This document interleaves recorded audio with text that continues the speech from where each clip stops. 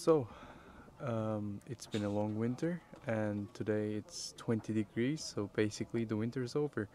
And today I have a 75% hydration Uniqua Blu dough to try out, and I'm doing it on the balcony because it's summer now. Well, it's spring, but it's summer now. And now I will unpack the oven from its long rest, and hopefully it will be not rusty.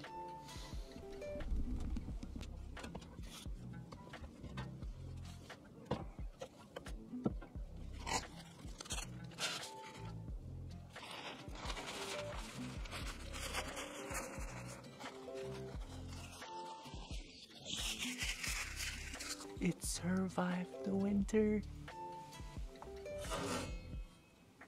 Now that I've unpacked it, it's time to turn on the gas and check for the gas leaks, because during the winter it expanded and contracted due to the heat changes a lot, I believe. And now I have to see if there's any leaks, and if there is, I have to fix those leaks. So let's go.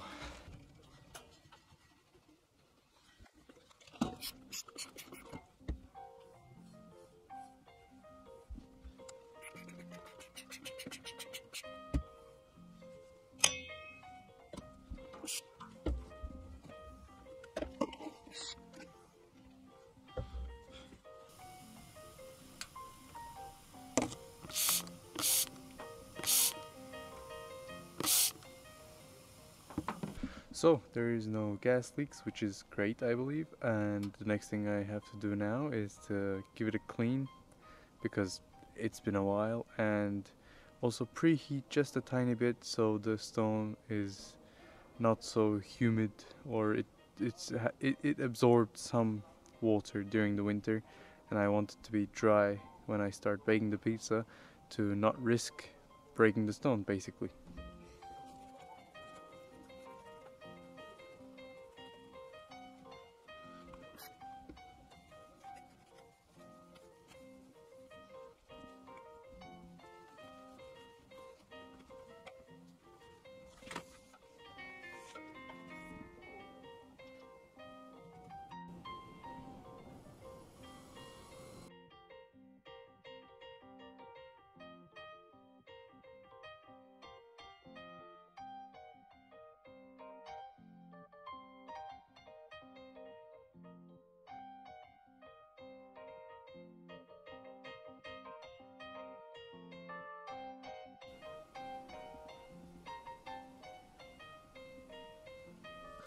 So, the pizzas yesterday, they were great. The only problem was that the dough was a little too tough to open up.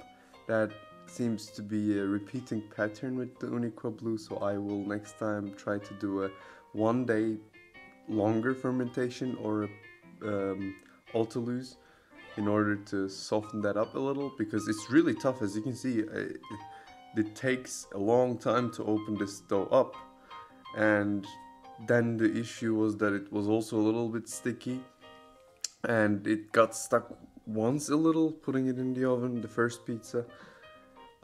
In my opinion, going to 75% with the Uniqua Blu is not really necessary, because you're really not getting a lot of advantages over 70%, but you're getting a lot of the disadvantages of a higher hydration dough. So if you're going anywhere higher, I think it should be around 80%, and it will not be the most pleasant experience, but that will make enough of a difference between 70 and 80% so that it's worth it.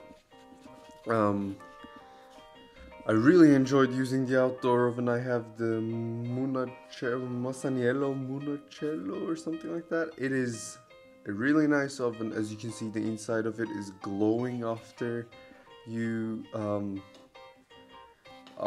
turned it all the way up and turn it down. You can see the inside metal glowing from red. I'm not sure if that's a good thing in the long run, but it looks cool. It looks pleasant, especially in the camera. The oven has a biscotto stone. I'm not going to explain too much about the oven. You will see this oven plenty in the upcoming months. Let's just say it's worth the price they're asking for it. So the Uniqua Blu. Uniqua Blu is a spectacular flower. Uniqua Blu has amazing taste by itself. You don't need to mix anything into it. It rises quite well. In my opinion, if you want to try it out, you should definitely try it out. It's nicer to mix the Uniqua Blu into a 00 flower. So if you have a 00 flower that's not strong enough or doesn't absorb as well, you can just put like 30% of Uniqua Blu in there and it's going to make it into a totally different pizza. Alone, Uniqua Blu is too strong to open up. If you are doing shorter fermentation, you can forget about it. I would recommend doing 3+ days. In this case, I had 3 days and it was still too tough. So I would recommend a 4-day fermentation with the Uniqua Blu, and you need to give the balls enough space in the box. So in this case, I didn't have enough space in the box. Maybe that also had an effect on how easy it was to stretch out the dough balls, but in my opinion, the gluten is the main player in this. And it's still too strong after 3 days, so I recommend you consider mixing it into a different flour, and it will have great effects like that. Just alone, you need to have 4 days or maybe even longer fermentation. Next time I will do a 70% 4+ days fermentation with the Uniqua Blu.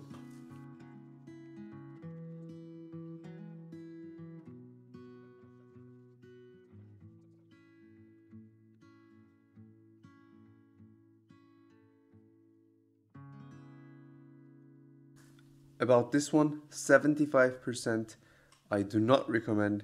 If you want to have higher hydration, just go to 80%, try it out like that. You need to use a lot of flour, a lot of semolina. And good luck with that, because 75% is not really worth it in my opinion. Just stay at 70 or go to 80. I will do 80 as well.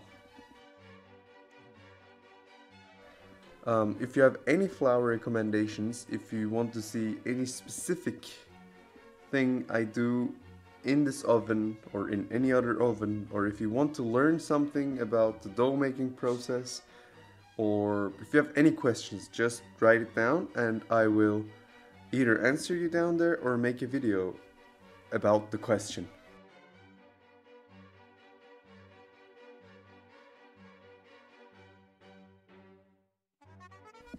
So thanks for watching and hope to see you in the next one.